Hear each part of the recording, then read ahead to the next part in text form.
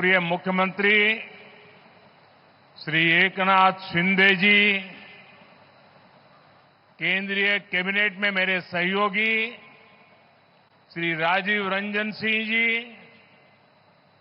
सर्बानंद सोनोवाल जी, महाराष्ट्र के उप मुख्यमंत्री देवेंद्र फडणवीस जी, अजीत दादा पवार जी, केंद्रीय मंत्रिमंडल के मेरे अन्य सहयोगीगण, महाराष्ट्र सरकार के मंत्री, अन्य महानुभाव और मेरे प्यारे भाइयों एवं बहनों, आज संत सेनाजी महाराज यांची पुण्यतिथी. मी त्यांना नमन करतो.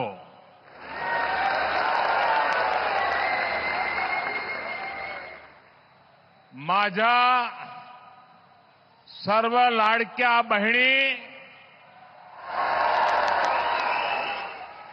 आणि लाडक्या भावांना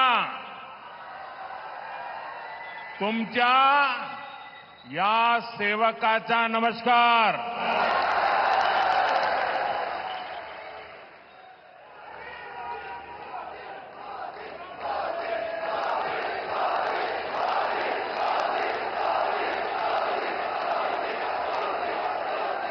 साथियों, आज इस कार्यक्रम की चर्चा करने से पहले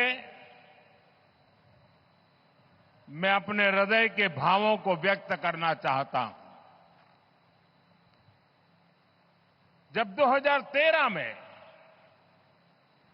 भारतीय जनता पार्टी ने मुझे प्रधानमंत्री पद के उम्मीदवार के रूप में निश्चित किया,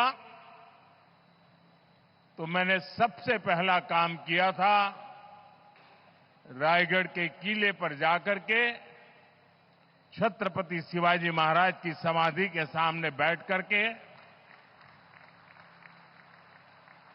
प्रार्थना की थी.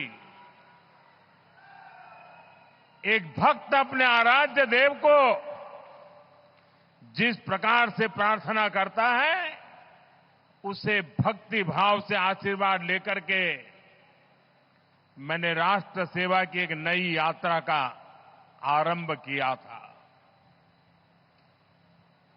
पिछले दिनों सिंधुदुर्ग में जो हुआ, मेरे लिए, मेरे सभी साथियों के लिए छत्रपति शिवाजी महाराज ये सिर्फ नाम नहीं है. हमारे लिए छत्रपति शिवाजी महाराज ये सिर्फ राजा महाराजा राजपुरुष मात्र नहीं है. हमारे लिए छत्रपति शिवाजी महाराज आराध्य देव है.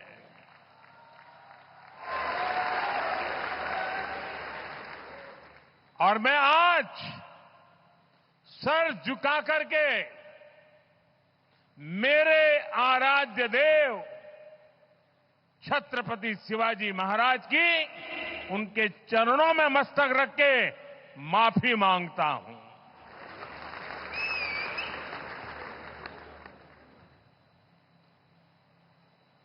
हमारे संस्कार अलग है. हम वो लोग नहीं हैं जो आए दिन भारत मां के महान सपूत, इसी धरती के लाल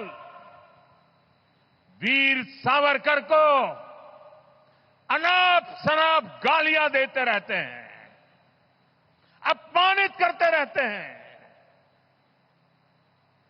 देशभक्तों की भावनाओं को कुचलते हैं. उसके बावजूद भी वीर सावरकर को गालियां देने के बावजूद भी माफी मांगने को जो तैयार नहीं है, अदालतों में जाकर के लड़ाई लड़ने को तैयार है, इतने बड़े महान सपूत का अपमान के जिनको पश्चाताप नहीं होता है, महाराष्ट्र की जनता उनके संस्कार को अब जान ले। और ये हमारे संस्कार है कि इस धरती पर आते ही आज मैंने पहला काम मेरे आराध्य देव छत्रपति शिवाजी महाराज में उनके चरणों में सर झुका करके क्षमा मांगने का कर रहा हूं। और इतना ही नहीं, जो लोग छत्रपति शिवाजी महाराज को अपने आराध्य देव मानते हैं, उनके दिल को जो गहरी चोट पहुंची है, मैं ऐसे आराध्य देव की पूजा करने वालों को भी, उनकी भी सर झुका करके क्षमा मांगता हूं। मेरे संस्कार अलग है। हमारे लिए हमारे आराध्य देव से बड़ा कुछ नहीं होता है। साथियों, आज का दिन महाराष्ट्र की विकास यात्रा का एक ऐतिहासिक दिन है।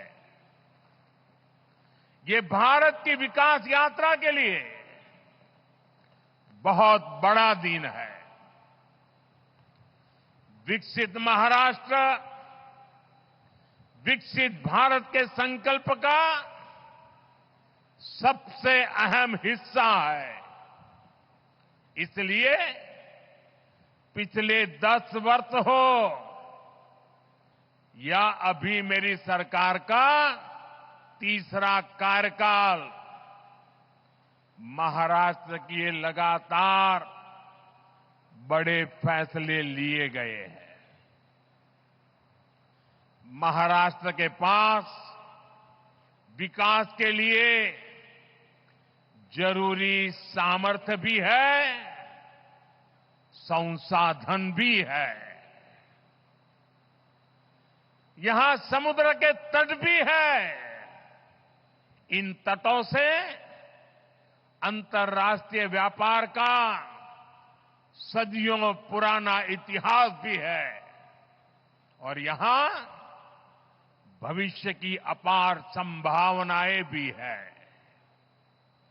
इन अवसरों का पूरा लाभ महाराष्ट्र को और देश को मिले, इसके लिए आज वाढवण पोर्ट की नींव रखी गई है। इस पोर्ट पर 76,000 करोड़ रुपए से ज्यादा खर्च किए जाएंगे। ये देश का सबसे बड़ा कंटेनर पोर्ट होगा। ये देश ही नहीं, दुनिया के सबसे गहरे पोर्ट में से एक महत्वपूर्ण पोर्ट होगा। आज देश के सभी कंटेनर पोर्ट से जितने कंटेनर आते जाते हैं, पूरे देश के टोटल की मैं बात कर रहा हूं, आज जितने टोटल आते जाते हैं उससे ज्यादा कंटेनर का काम अकेले वाढवण पोर्ट पर होने वाला है। आप अंदाज लगा सकते हैं ये पोर्ट महाराष्ट्र और देश के व्यापार का, औद्योगिक प्रगति का कितना बड़ा केंद्र बनेगा। इस क्षेत्र की पहचान अब तक प्राचीन किलों यानी फोर्ट से होती थी। अब इस क्षेत्र की पहचान आधुनिक पोर्ट से भी हुआ करेगी। मैं पालघर के लोगों को महाराष्ट्र के लोगों को, देश के लोगों को बहुत बहुत बधाई देता हूं। साथियों, हमारी सरकार ने 2-3 दिन पहले ही दीघी पोर्ट औद्योगिक क्षेत्र के विकास को भी मंजूरी दे दी है। यानी ये महाराष्ट्र के लोगों के लिए डबल खुशखबरी है। ये औद्योगिक क्षेत्र